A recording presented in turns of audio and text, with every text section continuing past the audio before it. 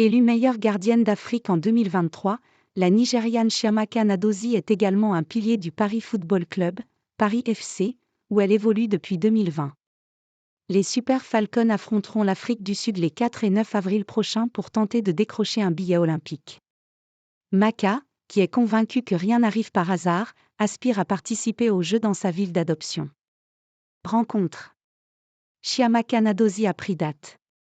Le 25 juillet, à la veille de la cérémonie d'ouverture des Jeux olympiques de Paris 2024, elle compte bien être sur le terrain, face au Brésil, pour lancer ses premiers JO.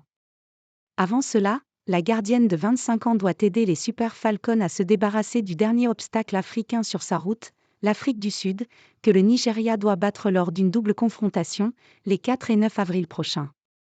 C'est une très bonne équipe. Elles sont très fortes pour garder le ballon.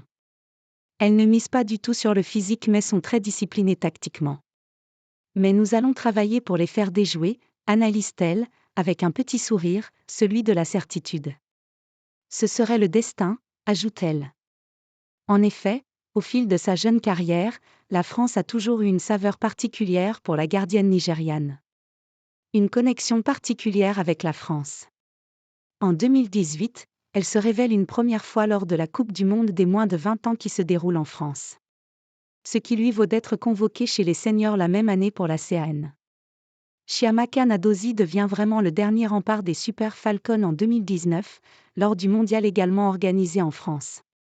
D'ailleurs, la gardienne de 1,80 m y croise les Bleus en phase de poule et essayent longtemps les attaquantes françaises avant de concéder la défaite sur un pénalty litigieux.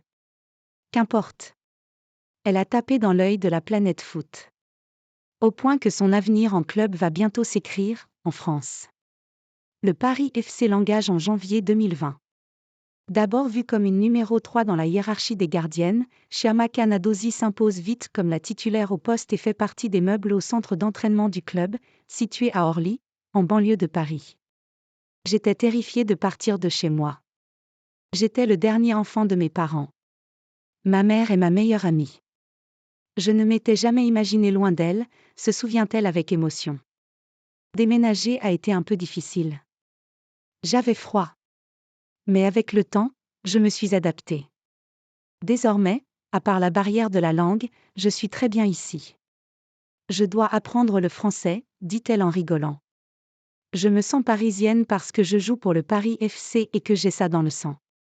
J'aime être ici. Et elle espère bien y être pour les JO, même si le chemin de Paris sera long.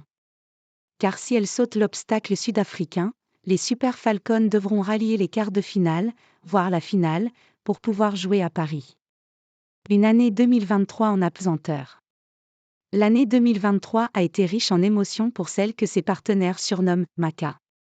D'abord, elle a officiellement prolongé, dès le mois de mars, l'aventure Paris FC jusqu'en juin 2025. Ensuite, elle a une nouvelle fois brillé sur la scène mondiale, le Nigeria est passé à 2 doigts de sortir l'Angleterre, futur finaliste, en 8e de finale, 0-0 AP, 4 tables à 2, de Coupe du Monde. En Australie, le dernier rempart des Super Falcons a pleinement déployé ses ailes à la face du monde. En phase de poule, la gardienne avait bloqué un pénalty pour arracher le match nul face au Canada, champion olympique en titre.